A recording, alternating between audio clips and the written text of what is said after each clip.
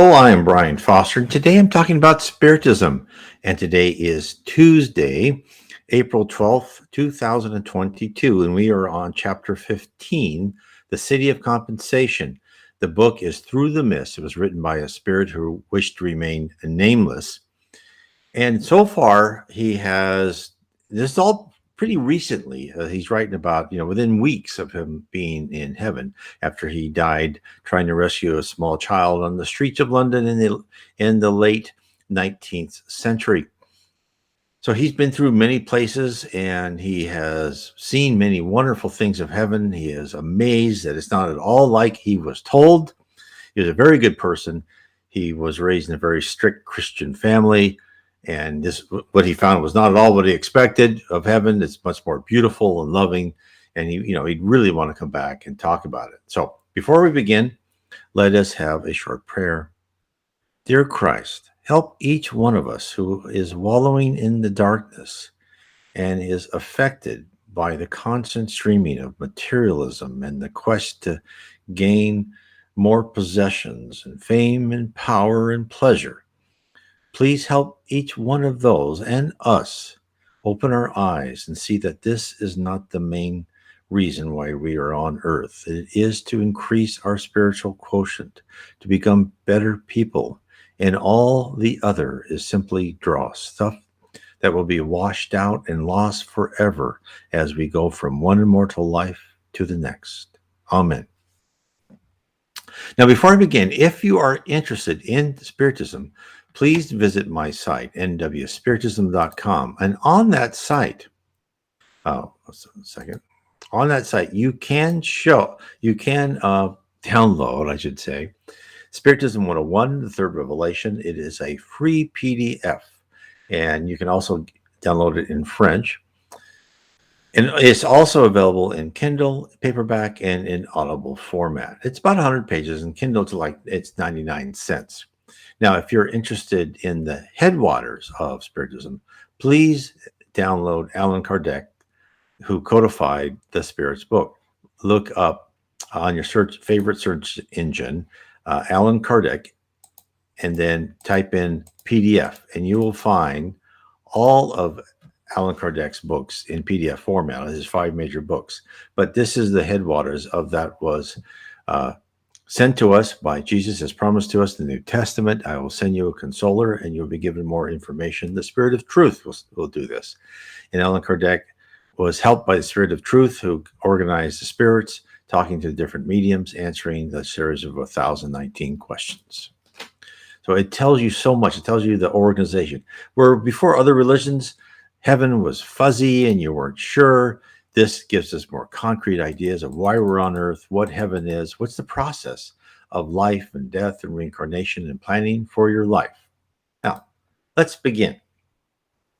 The City of Compensation. This is chapter 15. During our conversations, we have been walking in a beautiful valley lying between the mists and the slopes, of which I found myself on my arrival. As I did so, listening to the revelations my companion was unfolding for my benefit, many and varied were the thoughts that flashed through my mind. One of these made a deep impression upon me and deserves a place in this record on account of the influence it exerted. It ran something in this way. On earth, when a felon is torn by the law from his home and friends to pay the penalty demanded by his crime, man, with all his faults and unjust ideas, has made a provision for the convict to be visited at stated intervals by his friends, in addition to the correspondence which is allowed. I know the visits are not frequent and the correspondence is restricted, but the provision is made. And is it possible that frail, fallible man can be more merciful than God? Can God by any means inspire an act of humanity he himself would be unwilling to perform? Can the creature under any circumstances manifest a greater degree of charity than the Creator? The thought quivered in my mind but for an instant. To have it given lodgment would have dishonored the infinite love, but it lingered long enough to accomplish its mission. For as it left, it carried away the last shadow of doubt. From that moment I was satisfied that sleep is a trysting place where severed souls may meet again. So what he's saying is that in your sleep, and this is said in many spiritualist literature, and in fact, even I believe in the Spirits book, is that when you sleep, you can wander the spirit world. Many people talking about astral projection and traveling and things like that. But what happens, and that's possible too, even in your waking, for those who have the talent to do that. But when you sleep, your spirit leaves your body. Your perispirit leaves your body, still connected by your perispirit, this long silver cord that can go on forever, doesn't break until it wants to. You can go to other worlds. You go to places in heaven. You go to places on the lower zone. If you want to meet, if you're more of a criminal and you want to meet your other criminal friends or your past criminal family, or you want to go to heaven and meet your wonderful companions and friends. In fact, there's even stories in spiritist literature that you were working on some sort of project, then you went through your time on earth to help improve your character and your personality. But in your sleep, you kept working on this project. You may have it completed, or you may have made a lot of progress upon it. So it's, in the spirit world, you don't sleep. And you don't really sleep as we know it here, because when you sleep here, it's just your physical body. You think you're asleep, but your spirit's going out there and doing what it does. I'll carry on. Some distance to our right lay a beautifully wooded district towards which the great majority of our sleep visitors wended their way. Turning our steps in the same direction, I soon discovered that behind that natural screen lay a more populous center than I had yet met with in my new life. There was also something, too, so half familiar about surroundings as to cause me more than once to look around and assure myself where I was in reality. I knew I'd never visited the place before, yet nothing was strange or unexpected to me. A fact that the very opposite of every other experience I had hitherto enjoyed. I stood occasionally to admire the lovely nooks and rustic spots, which was I seemed to be thoroughly acquainted, or addressed in return congratulations to passerbys with the readiness of a lifelong intimacy.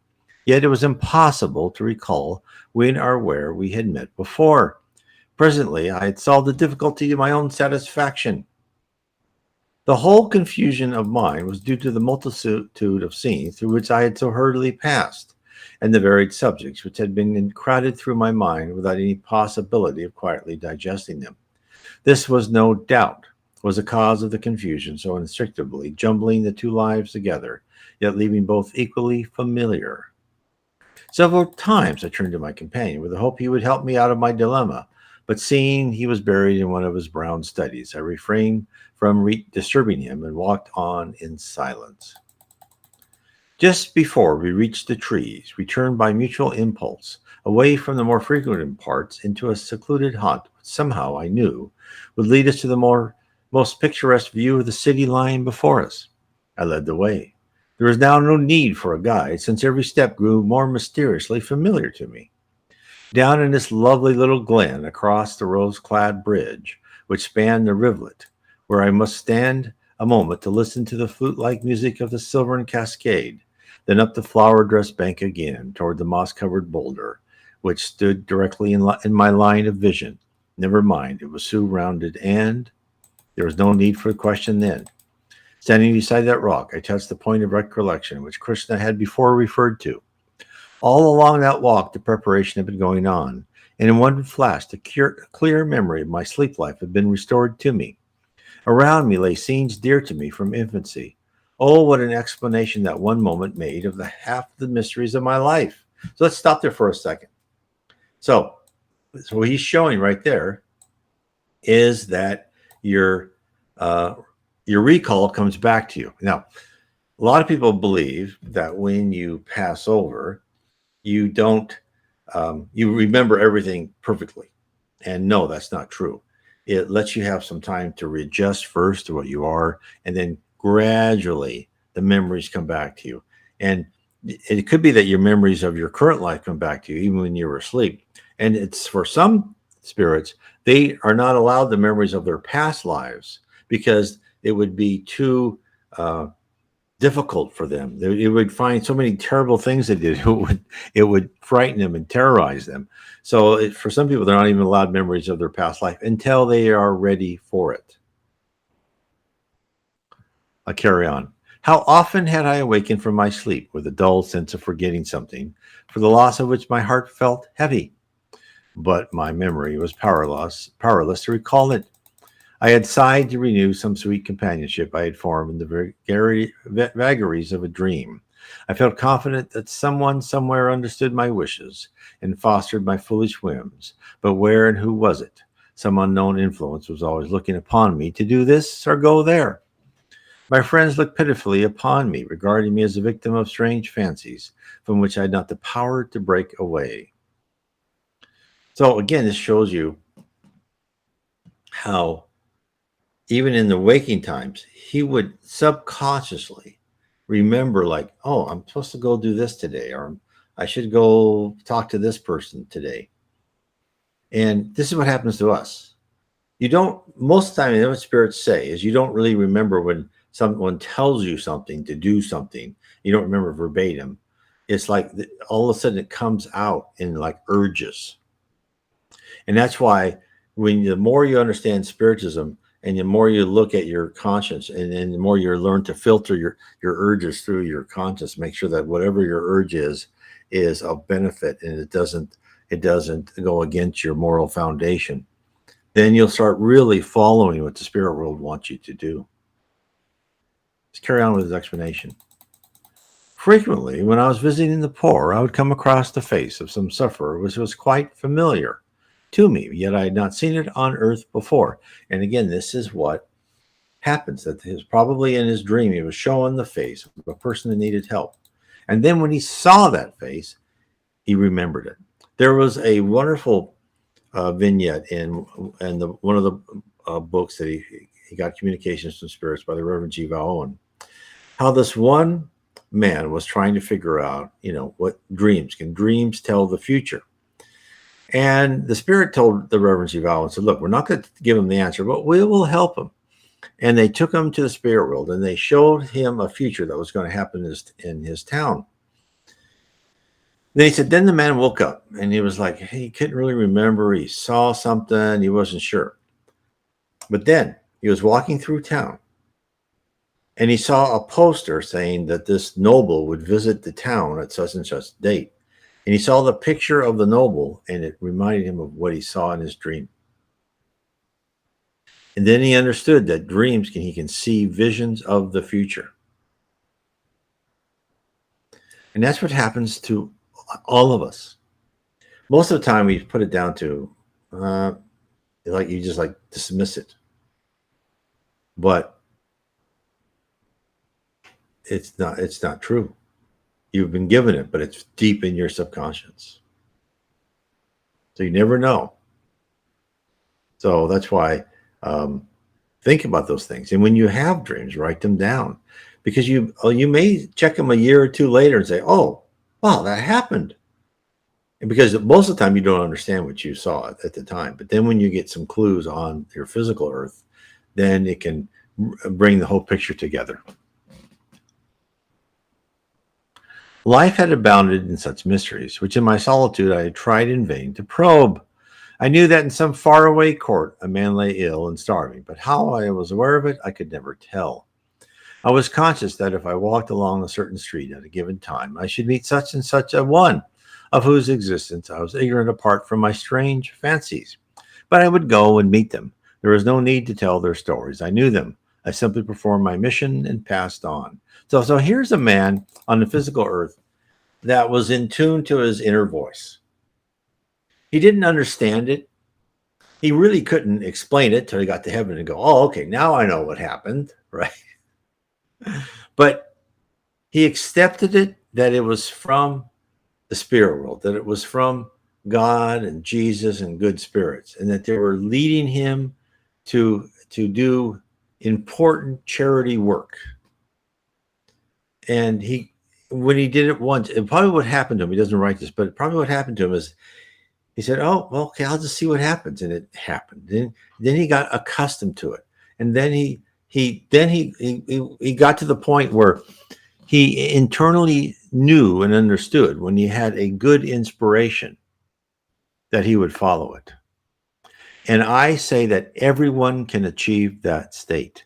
Everyone can get to this point where if this inner voice tells you to do something, if it's good, right? If it doesn't violate any of your conscience, any of your moral foundation, and you go, okay, I'll, you just do it, because that first of all, it sets you up to get more important communications. It sets you up to be in the right frame of mind. As Jesus said, you have to have the attitude of a child to enter heaven. That means you cannot be like I was in earlier life, a know-it-all, someone who thinks that they're superior to you and don't listen to anybody. I mean, I think we can all, acquaint ourselves with that at some time in our life. It positions you to be someone who's humble and know that if you're given direction by a superior force, it's a good direction. When Jesus or a high spirit tells you to do something, I recommend you do it. And that's what I try to do. Is if I've told, or my wife says, and she says, "Oh, I think we should do this," and I go, and at first times I go, "Oh, yep, okay." I catch myself, and I'm better than I used to be, but it's like, okay, yep. So that's really what you need to encourage in yourself. It's important that's like your first baby steps of really become a spiritual person. Okay, I'll carry on. 1,000 impulses strange as these had been the ruin of my life in the estimation of my friends. It couldn't be said better, yes, because he was doing things for people instead of worrying about himself and making himself more successful. I'll carry on.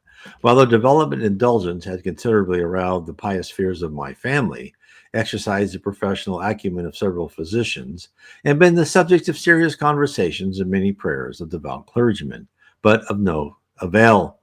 The combined effect being increased rather than diminished the melody.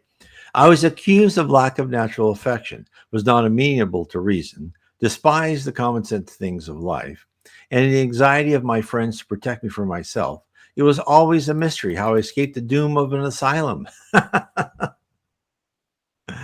Was I happy? No, two ever present difficulties prevented that. The unnecessary suffering and starvation of my fellows, and an insatiable longing for something or someone which I could never define. So this is perfect. In fact, let me find this. I had just written about this. I want to talk about this passage.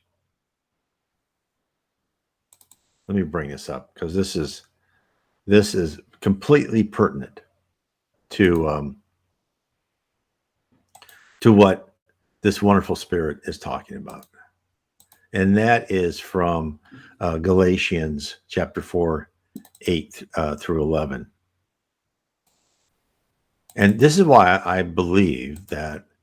Let me hide this.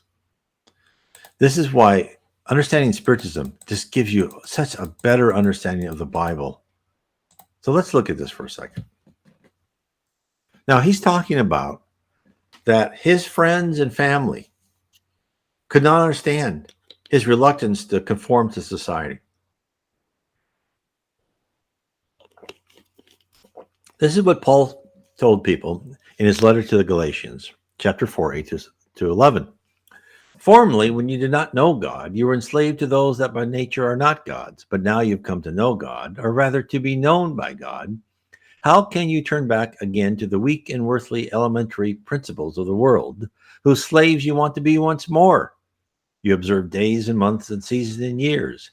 I'm afraid I may have labored over you in vain. So turn your back again to the weak and worthless elementary principles of the world. That was true in the times of Roman, times of Christ, and it's true today. What are the elementary principles of the world? Well, you have to be successful. To be successful, you have to accumulate either wealth, fame, or power. You need to be, not completely selfish, but you need to concentrate on rising yourself. And when they mean rising and being successful, they mean in your having getting more money, uh, having more possessions. And this is exactly what Paul was talking about is, you know, and so what Paul was telling people, and I think this is an important idea, Paul was telling people that, okay, I've told you about this whole real world, and yet you're still putting your mind back on this false world of materialism and trying to keep up with your friends. We're no different today. We're bombarded with propaganda, with buy these tennis shoes, go on this vacation, buy this car, you're going to be happy, right? You're going to drive beautiful roads, right? I mean, this is this is what is bombarded into us that is important. And what we miss in the Bible and actually in a lot of what was revealed to us in the third revelation, which is Spiritism, is that when Christ came down, he wasn't giving us words to compile in some sort of bland self-help book. He was giving us an instruction manual on how to get out of this place. People write to me all the time saying, I don't want to be reincarnated again. I don't like this life. I always tell them, well, improve and work up your good karma in this life, the next will be easier. What people don't understand is that Jesus and then the prophets before him, Buddha, even Socrates, Zoroaster, Lao Tzu, all came to tell us how we should comport ourselves. And they didn't do it just say, I think it might be a good idea. No. What people miss, and that they take it that way, they think, oh, I kind of like that chapter, but I'm not going to do that other thing. That's too much work. It's like you have this expensive piece of machinery. Let's say this expensive car. And you drive it and you drive it and you drive it, and it dies one day. And you take it to the shop. And they go, and you say, why does this thing die? And they look at your maintenance manual and go, did you ever read your maintenance manual? Did you ever do anything that says to keep this car in good shape? No, I didn't. It's the same thing here. No, you didn't. I didn't for many years. So the spirit hit me on the side of the head. I mean, I was pretty pathetic, right? This is not Coliques to just be, I'll be a nicer, gentler person. No, this is the spirit world telling you how to be a successful person on earth in order to enter that narrow door. And that's why I recommend so much for people to study Spiritism, to understand it, because you can just study the Bible or whatever religious text you want to write, because most of them will give you the same message. You have to become a better person. Follow the golden rule, and it's all different, and alternative languages and ways of expressing that same thing in different religions. It's there to tell you that, okay, you want a smoother life, you want a happier life, because you're not here to be happy. You're here to rip out your primitive emotions, to alter your character for the good, to rewire your brain. If you want to get out of here, start following the manual. Don't just take parts you like and parts you don't like. Now, I understand a lot of people say, well, the Bible's full of things that are not topical to us and will sound mean. And again, I'll tell you this, that the spirit world said that the messages of love, charity, fraternity, and honesty are eternal in the Bible. Other messages in the Old and New Testament were given to the people because at the level of culture and technology they had at the time. So that's how I would say read the Bible. And that's all I also say is read the Spirit's book and then subsequent Spirit message, because Spiritism tells us that we're going to be continually getting messages from the spirit world as we are ready for them, and they'll give us more and more information all the time. It's always flooding in. We got a lot of information in the Spirit's book. Go to 5 by Allan Kardec. Leon Denis gave us more. Chico Xavier just gave us a huge amount more information. Ruram Jivao told us much more about the higher levels of heaven and the paths you can go as a spirit. All that. It's all there for us. And it's not meant just to read for amusement. It's meant to read and make changes. Now, do you have to? No, you don't have to. Just don't be surprised when you find yourself on another planet of atonement. Eventually, you'll get up there, right? Eventually, that the set of trials and tribulations will help you get to where you need to go. Okay. Let me carry on here. Hungering for some unknown sympathy for which I knew not where to seek. But a great part, perhaps all of the mystery, had at length been solved. The key had been found, and henceforth the enigma of life would be easily read.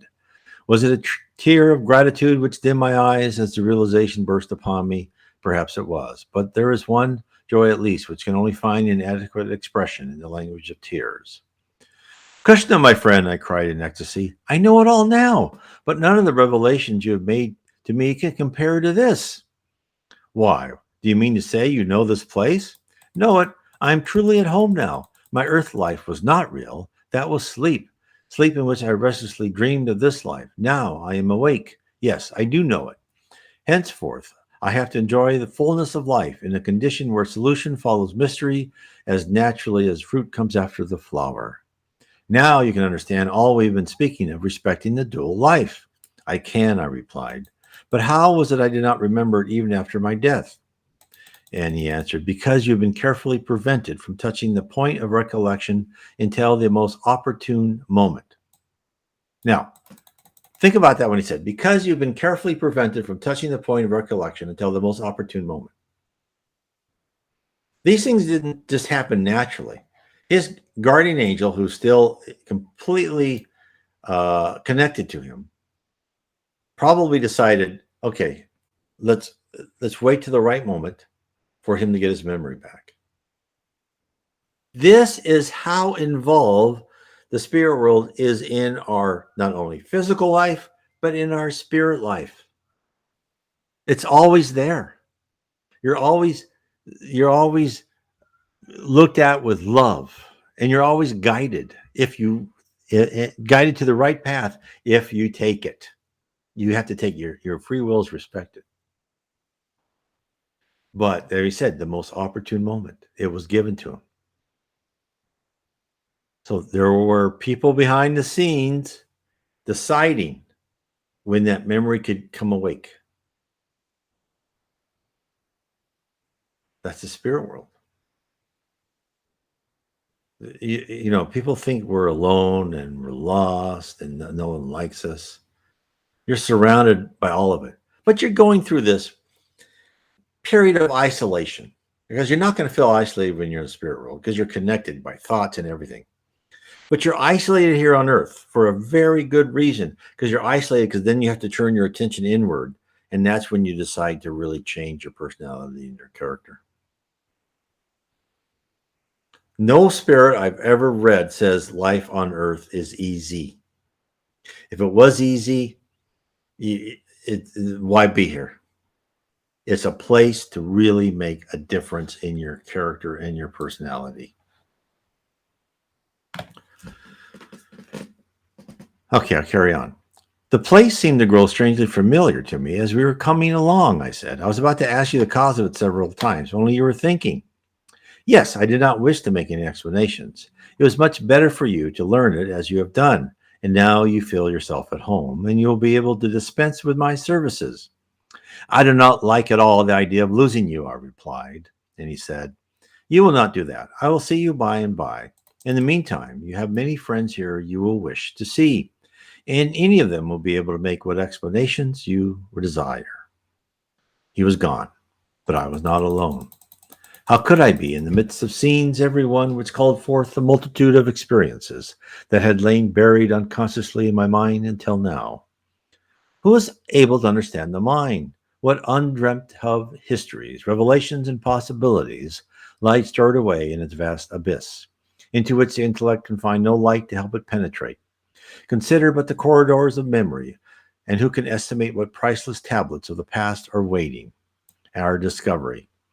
Are there records of being, of aeons, of epochs, reaching back and back until at length every individual soul may read its genealogy and trace each step in its adventurous pilgrimage from God? Who can tell? But who can doubt that the mind holds secrets which the fickle flesh could never keep? Secrets which are too infinite to whisper in the ear of mortality. Their weighty import, quivering on the sensorium, would shatter it and leave it deaf to every other sound. Again, let me finish. Earth understands the mind of man, and that is why you're not allowed to have complete past memories, because it would shatter. It could really hurt you to know what a terrible person you may have been. Why, in comparison, it has scarcely yet been able to grasp the idea of its conception. But in the calm hours of sleep, that subtle embryon steals away to paradise, where its generations continue within the womb of love until the fullness of its time arrives.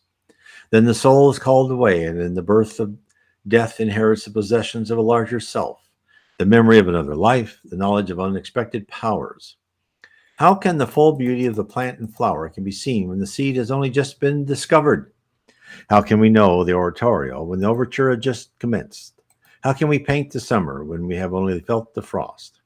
Neither can we, who have only watched the flutterings of the wings of the mind against the cage of earth, describe the majesty of its soaring in the congenial atmosphere of heaven. So what she's describing is how encapsulated and cut off from the real world you are in this physical body.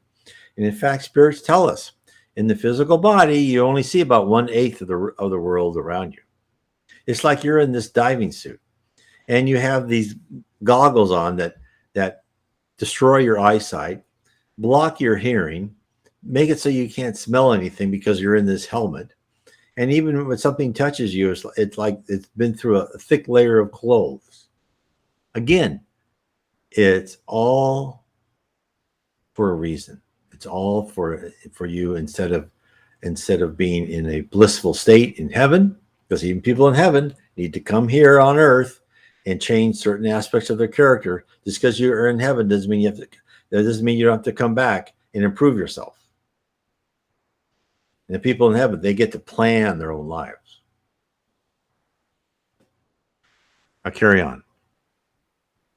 My meditations were brought to an abrupt end by the sound of a well-known voice close to me. Hello, Master Fred.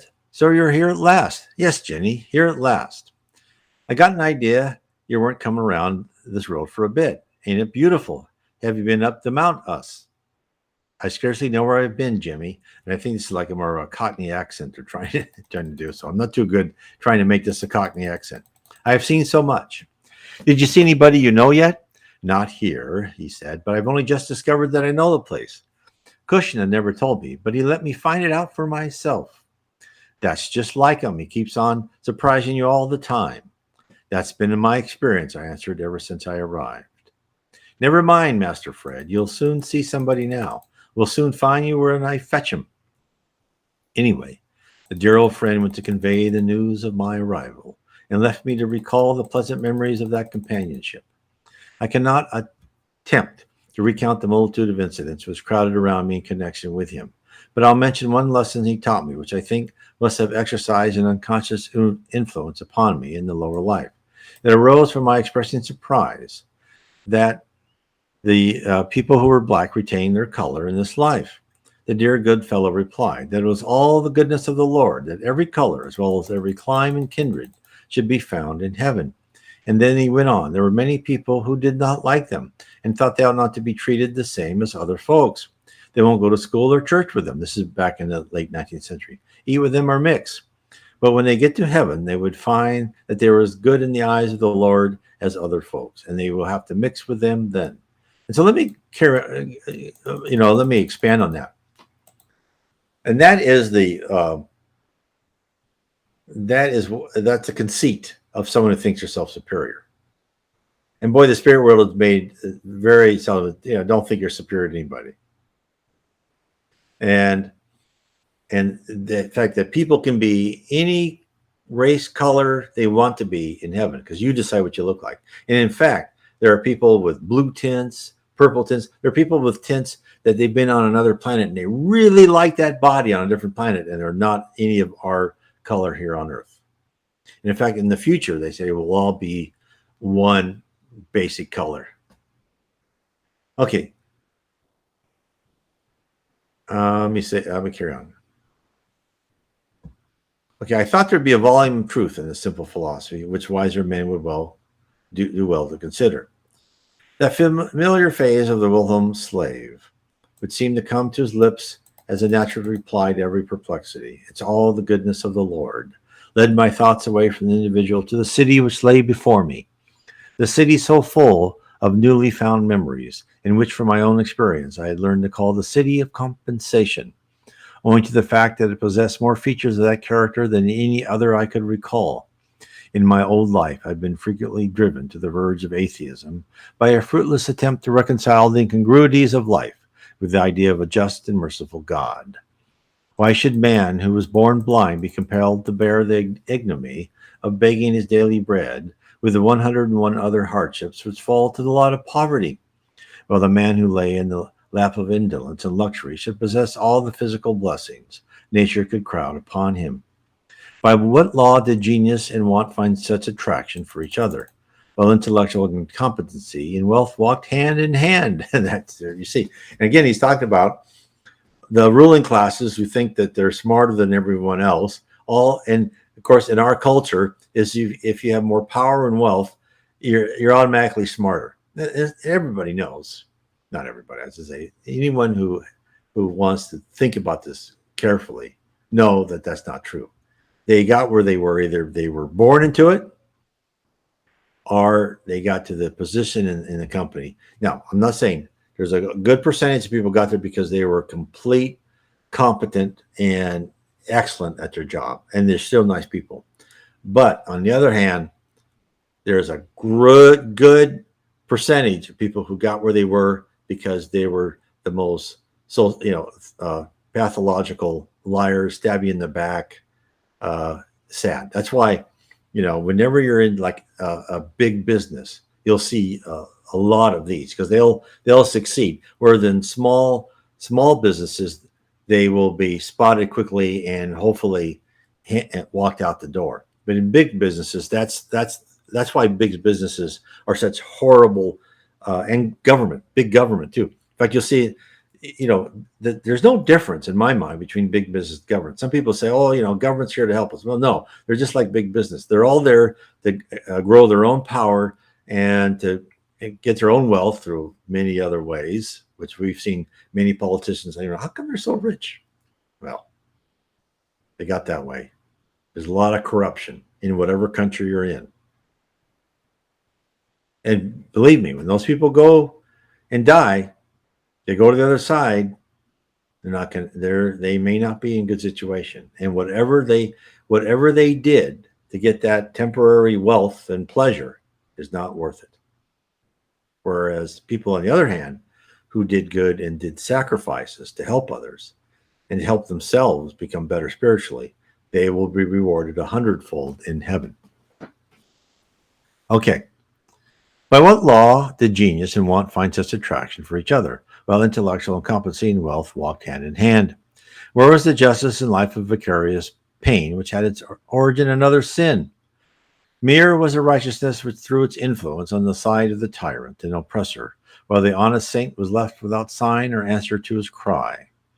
I'm not by means the only one who has been perplexed by such inquiries, but from my new vantage ground, I could not interpret these problems in another better light. Earth is not the omega as well as the alpha of life. In fact, it is not the whole but only part of the first, in its ignorance and a false estimate of earth, which makes man attach an undue value to its condition. Things assumed a very different aspect in the explanations my memory afforded in my newer state. I remember how I had seen the blind man enter that city while his body enjoyed its sleep, and how at a glance I learned that he himself was not blind. The defect lay in the instrument through which he operated. It is only on the mortal, the transitory side, that the gloom exists. On the immortal, his vision is unclouded.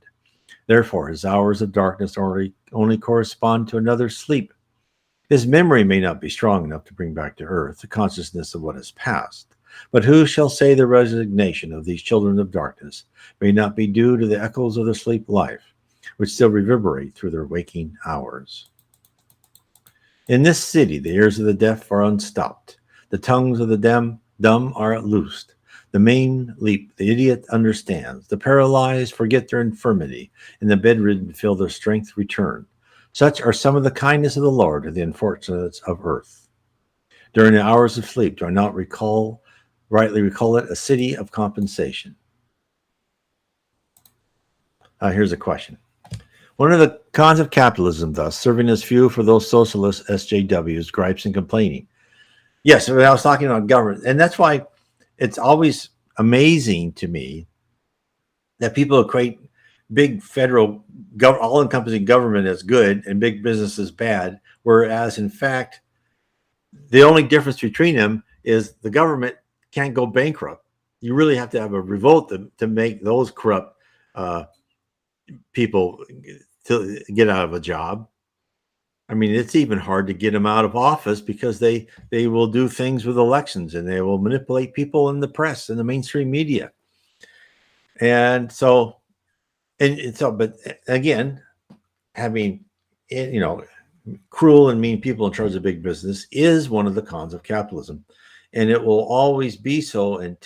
But for anything, for government too, and it will always be so until you have good people in charge, right? Because you have these people in charge of big corporations that give them just ridiculous raises. They make 3,000, 4,000 times more than their lower paid employees, which is fantastically ridiculous. But again, in the government side, it won't be any better because you still have corrupt and spiritually immature people in charge. So these are things we're just going to have to live through. And when the earth rises and becomes a better place and full of good souls and people who really care about each other, it will make a difference what form of government you have. It will all be good. Even if you have a king who tells you what to do, if that king is a wise and benevolent king, so be it, right? The best will be done for people.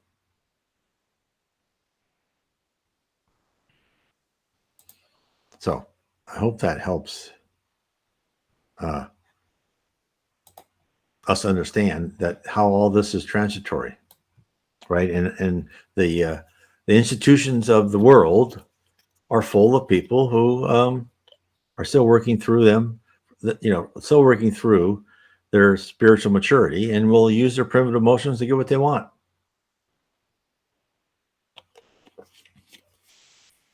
I'll carry on. These are memories of gratitude. Yes, let me just do this one. What he said. Business and government practically one and the same. Exactly. That's exactly my point too. They're all populated by fragile, frail, and corrupt humans. Not always. There's exceptions. I've met exceptions on both business and government. But as a rule, unfortunately, you are correct.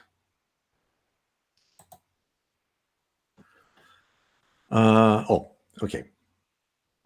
I dare not pass by my message through the mist. I've often been a witness in this city of a mother pleading with her child to keep the yet unfulfilled promise, which was sealed in the kiss of death, but since forgotten or ignored. I have seen the mask of friendship torn from the face of hypocrisy, heard the lying tongue convicted by its own utterances, seen the base intriguer exposed before his victim, have heard the yearning counsels of love to wayward children, witnessed the sympathy and affection lavished upon the unfortunate and the prodigal, and listened to the assurances of the presence of loved ones, unseen and unheard, in the hour of trial and temptation. I have seen the continued communion of souls, which the chill of death had no power to break, and the meeting of friends who in their despair had vainly imagined they would never look upon each other's face again. O ye of earth, who receive from the closing lips of some loved one the trust or commission they could not linger here to execute, I bid you to recall how sacredly you vowed to perform those farewell promises which you have since neglected, as you have forgotten the body which crumbles in yonder grave. That is not your father, mother, friend which is lying there. They are not dead. They are not away. In the silent corridors of sleep, you are still meeting them night by night. They know your perfidy, and that your word is broken. Time after time, they have earnestly pleaded with you.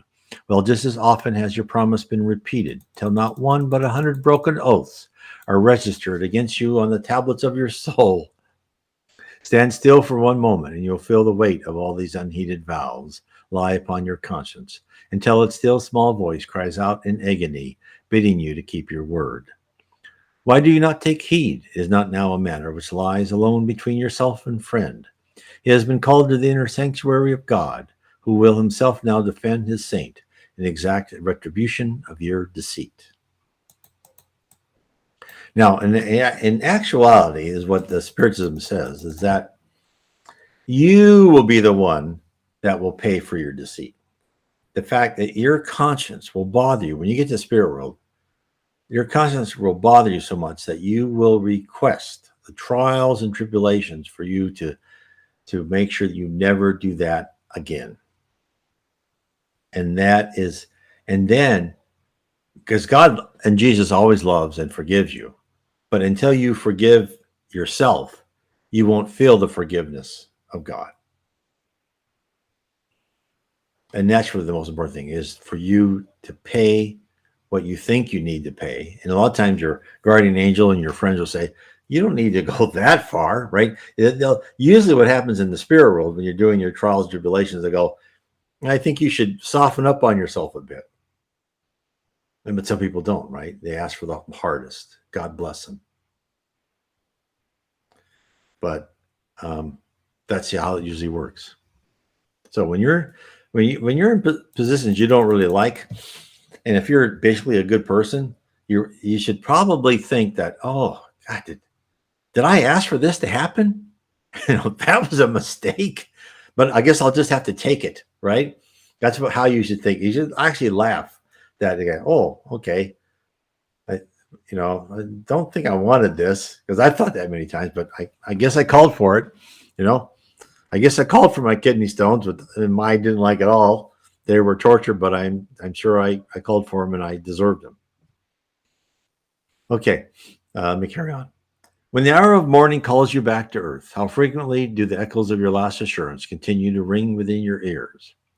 Quit you like men, be strong. Arise and keep your compact in spirit and in letter before the weight of your perjury grows too heavy for your soul to bear. And he you weep, look up. Hush the voice of your mourning and dry your moistened eyes. The loved ones have not gone away. Their kisses are still lingering in freshness upon your lips. The tender tones, like the departing vibrations of imagination, which still over you when first you open your eyes, are not all illusions. Your dear ones have been with you. You carry them to the last night tidings of your home below, and they have told you of theirs above. Can you not feel the pressure of their embraces around you still, and that they expect you will keep your tryst tonight? Oh no, they are not lost. But Jesus loved them, so he drew them just a little nearer to himself, where they could rest in peace. Beyond the heartache and the fever, their exaltation is not ended. It has only changed the hours of your communion from the uncertain seasons of earth's day to the calm and peaceful hours of the night. Think for one moment. Are you not conscious how much their love for you have strengthened? So too has the atmosphere of their present lives worked out a like result in you. And this, nurtured and continued, will lift you up, drawing with you themselves closer to God, will finally bring you where they are. They are still more yours in this holier communion than ever you knew before, but they have been honored in their election to that host whom Christ employs as ministering spirits, sent forth to minister to them who shall be heirs of salvation. So he's really trying to tell you that whatever you go through on earth, try to learn from it and try to keep your word and keep your honor, because you're working yourself closer to be with Jesus and your friends and in an atmosphere of love. And as been said, as I said before, time and time again by spirits, that you are rewarded 100-fold for whatever sacrifice that you make to improve yourself here on earth.